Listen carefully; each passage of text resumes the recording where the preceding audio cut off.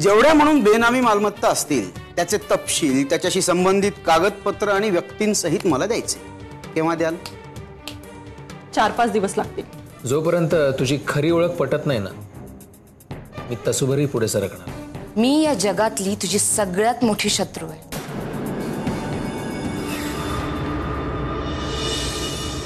महाबळसाहेब, संबंध टिकतात, पण त्यासाठी व्यवहार चोख लागतो.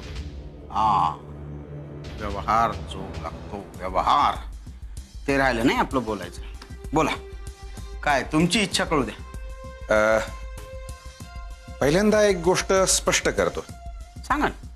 हा ट्रस्ट फक्त नावाला आहे, म्हणजे लोकांना घाबरवायला मी तो फक्त वापरतो. म्हणूनच तो जिवंत ठेवलाय. त्याची कल्पना आहे मला. बोला. त्यामुळं आपल्यात जे ठरेल त्यातलं अगदी जुजबी ट्रस्टच्या नावावर टाकायचं, पण बाकी सगळा व्यवहार रोखीनं झाला पाहिजे. बा, काय तुमची काय अपेक्षा आहे? तुम्ही काहीतरी प्राथमिक अंदाज बांधला असेलच. नाही, माझ्या मनात मी काही धरलं असेल ते असेल, पण तुमची इच्छा कळू द्या ना. ज्यासाठी आपण भांडतो आहोत ना, ते सगळं जर आपल्या ताब्यात आलं तर परत इस्टेटच्या ऑफिसची जागा माझी, बाकी सगळ्या जागा तुमच्या. मलाही फार लवकर दिसते तुम्हाला.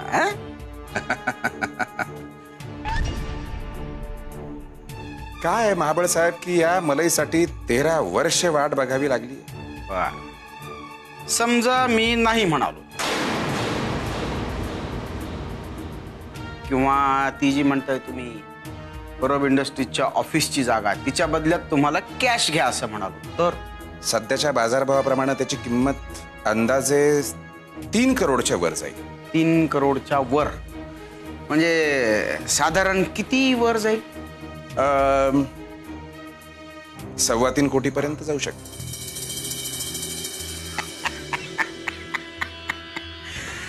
मिस्टर दंडवते, एवढी तुमची खरंच लायकी आहे का?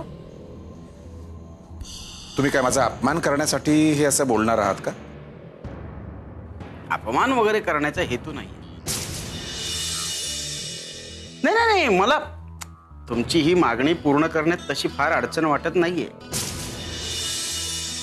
पण एक डोळे बंद करून खरंच तुम्ही विचार करा. पहा स्वतःकडं आणि विचारा की खरंच माझी एवढी पात्रता आहे का? नाही पात्रता. पण आज जर परब साहेब असते ना, तर एवढी मालमत्ता मी ट्रस्टच्या नावा नक्कीच केली असती.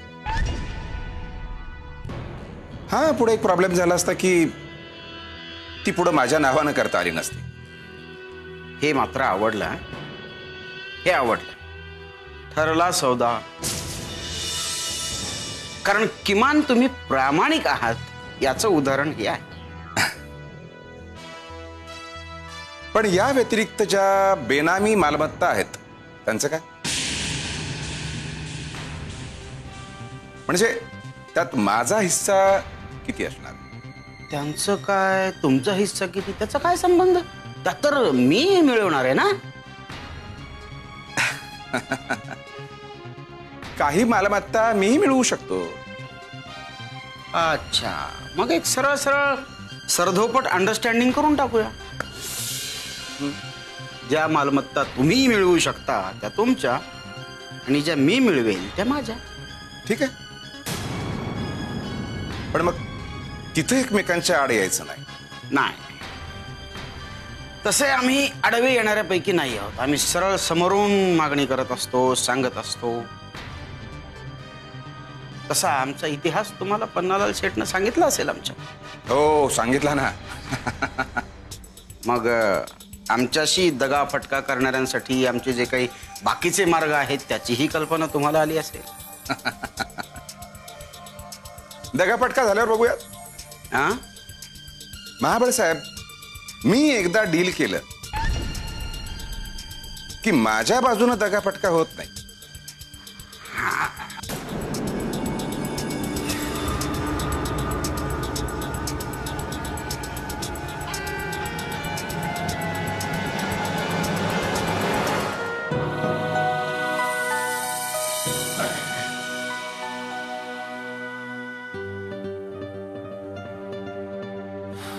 सुचित्रा, तू कोण आहेस मला माहिती नाही, पण तरी तुझ्याबद्दल एक वेगळ्याच प्रकारची आपुलकी वाटायला लागली, थोडी जवळची वाटायला लागली. आणि म्हणूनच मी एक प्रयोग करून बघायचं ठरवलंय. कोणता प्रयोग?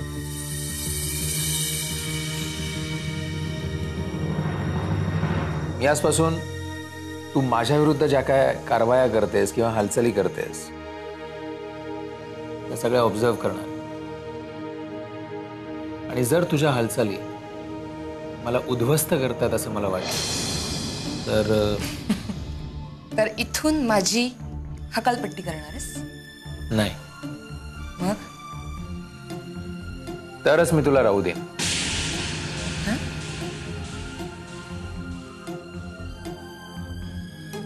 अगदी योग्य मार्गावर असतो. आता तुला माझा शोध अगदी पटकन लागेल बघ. असो, चल, मला झोप येते, मी निघते. आज एखादी नवीन माहिती नाही देणार? माहिती काढणं तुला जमायला लागलंय रे आता.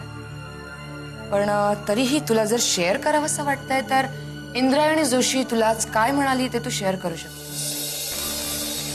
आज काय विशेष नाही, केस बद्दल माहिती दिली.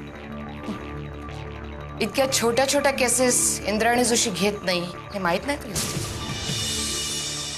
माहिती आहे. मग तिने ही केस का घेतली हे नाही विचारलंस? तुला माहिती आहे, तू सांग. ऍडव्होकेट ब्रह्मे या प्रॉपर्टीमध्ये काही ना काही मिळवण्याच्या दृष्टीने ऍक्टिव्ह झालाय. कल्पना आहे मला त्याची. आणि त्याला शह द्यायला ती आली.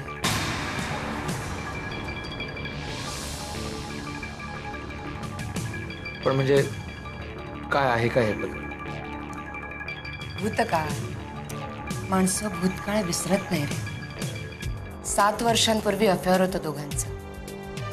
पण ब्रह्मेंना पैसेवाली बायको मिळाली आणि इंद्रायणीला सोडून दिलं. भूतकाळ.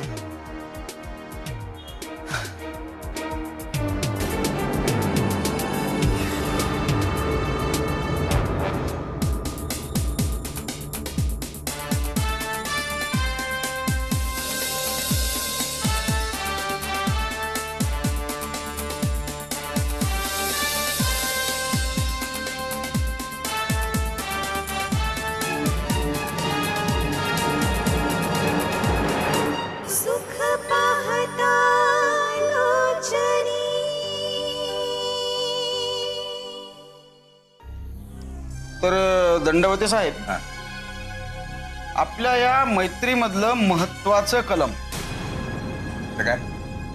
आपली अशी काही मैत्री झाली आहे किंवा आपल्या दोघांमध्ये काही डील झालंय, काही ठरलंय, हे तिसऱ्या कुणाच्या कानावर जाता कामा नाही. महाबळ साहेब, पण आपल्या या समझोत्याला आधार काय? म्हणजे समजा मी उद्या माझं काही वेगळंच सुरू केलं तर? हुशार आहात. पण दंडवते साहेब, असं ताकाला जाऊन भांड का लपव? सरळ सरळ विचारा ना. महाबळ साहेब, आम्ही तुमच्यावर विश्वास काय म्हणून ठेवायचा, कसा ठेवायचा, विचारा. तेच ते की तुम्ही माझ्यावर किंवा मी तुमच्यावर विश्वास कसा ठेवायचा आहे. त्यावर एक इलाज आहे. आपण एक MOU तयार करू. मग तर चालेल. MOU करू, नोटराईज करून घेऊ आणि त्याची ओरिजिनल कॉपी तुमच्याकडे असू दे. हा, हे उत्तम आहे. हा, काही 1-2 मुद्दे असे आहेत की जे त्या MOU मध्ये मला नोंद करता येणार नाही. ते मी तुम्हाला तोंडी सांगून इथेच क्लिअर करतो. कुठल्या? मुद्दा नंबर 1 की तुम्हाला जे ते परवांच्या ऑफिसची जागा हवी आहे ना, ते ऑफिस हवंय ना, भविष्यात मला त्या ऑफिसची गरज पडली तर मी त्याच्या अगेन्स्ट बाजारभावाप्रमाणे कॅश मोजून तुमच्याकडून ते कायदेशीररित्या विकत घेऊ शकतो. त्यामुळे ते इतर कुणाला तुम्ही विकू शकणार नाही. ओके, मान्य. मान्य. मुद्दा नंबर 2, तुमच्या ट्रस्टचा मला जेव्हा गरज पडेल तेव्हा माझ्या कॅश ऍडजस्टमेंटसाठी वापर करता यावा. चालेल, वापरता येईल. पण महाबळ साहेब, तुम्हाला ट्रस्टी म्हणून घेता येणार नाही. मलाही तुमच्या ट्रस्टवर ट्रस्टी म्हणून येण्यात काडीचा इंटरेस्ट नाही. मग हरकत नाही. ठरलं तर मग आता आमच्या पन्नालालला मी MOUचा मसुदा तयार करायला लावतो. तो तुम्ही तुमच्या नजरेखालून घाला. तुम्हाला तो योग्य वाटला तर आपण दोघे जण जाऊन तो नोटराईज करून घेऊ. काही हरकत नाही.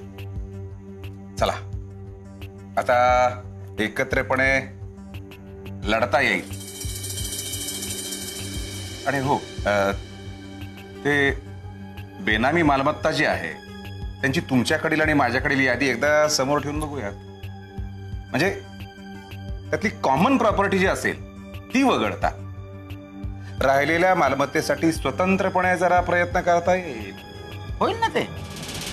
होत राहील. ती फार पुढची गोष्ट आहे. आता आपण आलोयत ना एकत्र. अशा वेळेला आपला एककलमी कार्यक्रम काय पाहिजे? सगळ्यात पहिला काय? आपले जे इतर दावेदार स्पर्धक आहेत त्यांना आपल्या मार्गातून कसं बाजूला करता येईल, आहे की नाही? हा फार महत्वाचा मुद्दा आहे. मॅडम, गेले काही दिवस मी न्यूज फॉलो करतोय. 3-4 वेळेला तुम्ही मला भेटलात, माझ्याकडून माहिती मिळवलीत, पण तुम्ही बातमी जी मांडलीत ती काही वेगळीच मांडलीत. एक गोष्ट लक्षात ठेवा, कोणतीही बातमी करताना आम्ही एकाच माणसाने दिलेल्या माहितीवर विसंबून राहत नाही. त्या प्रकरणाशी संबंधित अनेकांकडून आम्हाला काही ना काही माहिती मिळते. ती आम्ही अनालाइज करतो आणि मगच बातमी बनवतो. वा, छान. खूप चॅलेंजिंग काम आहे तुमचं. ते ठीक आहे, पण तुम्हाला माझी भेट का हवी होती आणि तीही एकट्यात, ते कळेल का? हेच, तुम्ही बातम्या कशा बनवता, आय मीन बातमी कशी बनते हे जाणून घ्यायचं होतं. प्लीजच, विनाकारण वेळ घालवताय तुम्ही माझा. वेळ वाया नाही घालवत आहे मॅडम. बातमी कशी बनवता, आय मीन कशी बनते हे माहिती आहे मला. पण तुमच्या चॅनलची बातमी कशी बनते हे माहिती करून घ्यायचं. आता कळलं ना? मग मी निघते. एक मिनिट, एक शंका आहे. बोला. मॅडम, तुम्ही जी बातमी बनवता ते अनेक सोर्समधून माहिती मिळवलेली असते, ते अनालाइज करता. फार छान. पण समजा तुम्हाला एकाच सोर्समधून सगळी माहिती मिळाली तर आणाल बातमी? हो, आणू ना. गुड. मग आजपासून मी तुमचा अधिकृत सोर्स व्हायचं ठरवलं. का? कारण तुम्ही ज्या बातम्या प्रसारित केल्या त्या आमच्या पथ्यावर पडल्यात. आणि परब इंडस्ट्रीचा हा जो काही वाद आहे तो तुम्ही ज्या पद्धतीने गाजवलंय त्याला तोड नाहीये. आणि केवळ हे प्रकरण तुम्ही हँडल करताय म्हणून तुम्ही मुद्द्यावरती येत नाही लवकर. हो हो, मग सरळच विचारतो,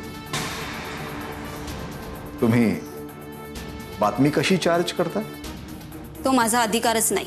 नाही, तो अधिकार ज्याच्याकडे आहे त्याच्याकडे मला जायचंही नाहीये. मला तुमच्याशी डील करायचं. मी दिलेली बातमी प्रसारित करण्याचा तुमचा चार्ज किती असेल? कारण मी फक्त या प्रकरणापुरताच मर्यादित आहे. तुम्हाला माझा चार्जेस परवडणारच नाही. कितीही किंमत द्यायला तयार आहे.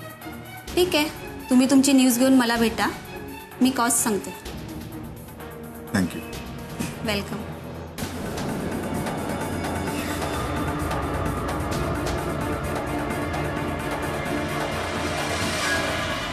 सुख पाहता लोचनी.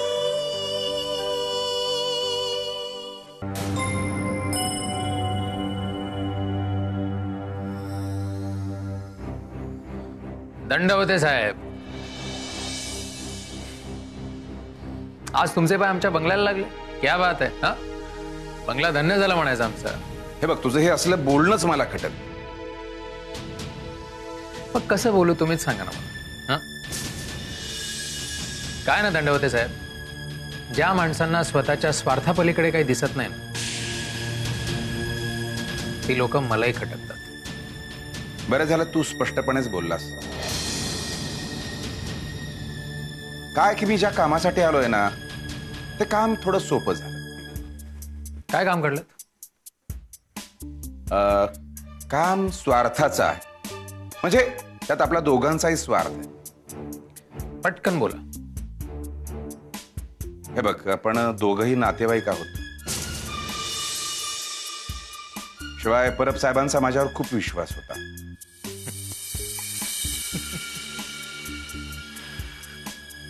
तुम्हालाच माहिती. पुढे बोला. त्यांच्या मालमत्तेचं असं भलंबुरं झालेलं मला आवडणार नाही. आपण नातेवाईक आहोत, तेव्हा आपलं एकत्र येणं हे स्वाभाविकच आहे. मला वाटतं की आपण भूतकाळ विसरून एकत्र यायला हवंय. म्हणजे काय की आपण जर दोघं एकत्र आलो तर बाकीच्या दावेदारांना सहज मार्गी लावता येईल. मी तुमच्या सोबत आलं नाही, तुमचा काय फायदा होणार? हे बघ, सगळेच एकमेकांशी युद्ध करायला तयार झालेत. आणि कोण खरं कोण खोटं हे अजून ठरलेलं नाहीये. आणि अशा परिस्थितीत जी दोन माणसं एकत्र येतील त्यांचा फायदा निश्चित होईल.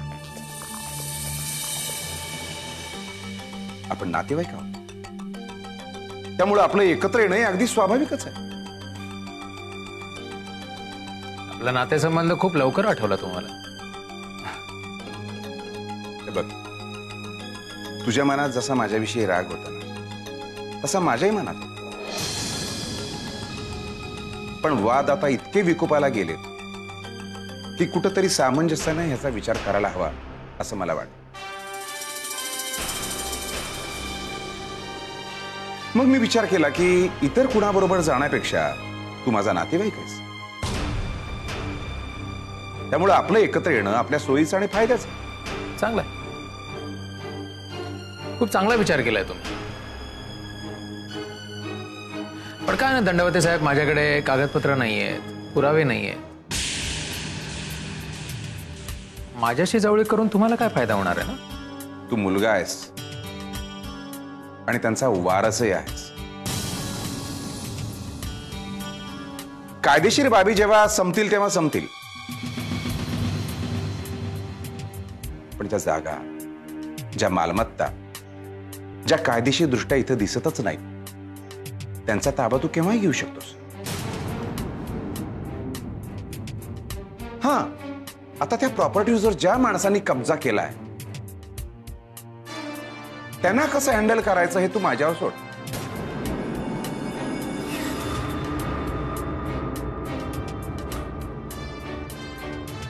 हिंदीमध्ये एक म्हण आहे, एक तीर में दो शिकार. म्हणजे ह्या कायदेशीर मालमत्तेचा जेव्हा केव्हा निकाल लागायचा आहे तेव्हा लागू दे.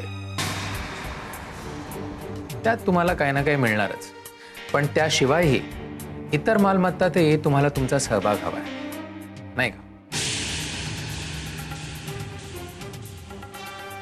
ऍडव्हान्टेज, डबल ऍडव्हान्टेज, नाही का? मला विचार करायला थोडा वेळ द्या, कळवेन तुम्हाला. अगदीच शांतपणे विचार. कोण तुझ्या जवळचा ठरू शकतो हे बघ आणि मग निर्णय घे.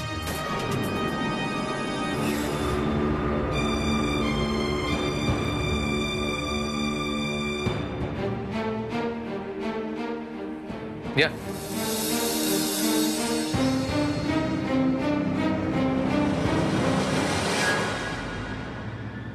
त्या अपहरणाच्या निमित्ताने ते दोघेही तुमच्या पनवेलच्या फार्म हाऊसवर काही दिवस होते मुक्कामाला. हे बघा, तुम्ही उगाच बदनामी करता आहात. पण खैर वकील साहेब नाहीयेत आज, तुम्ही एकट्या पहा.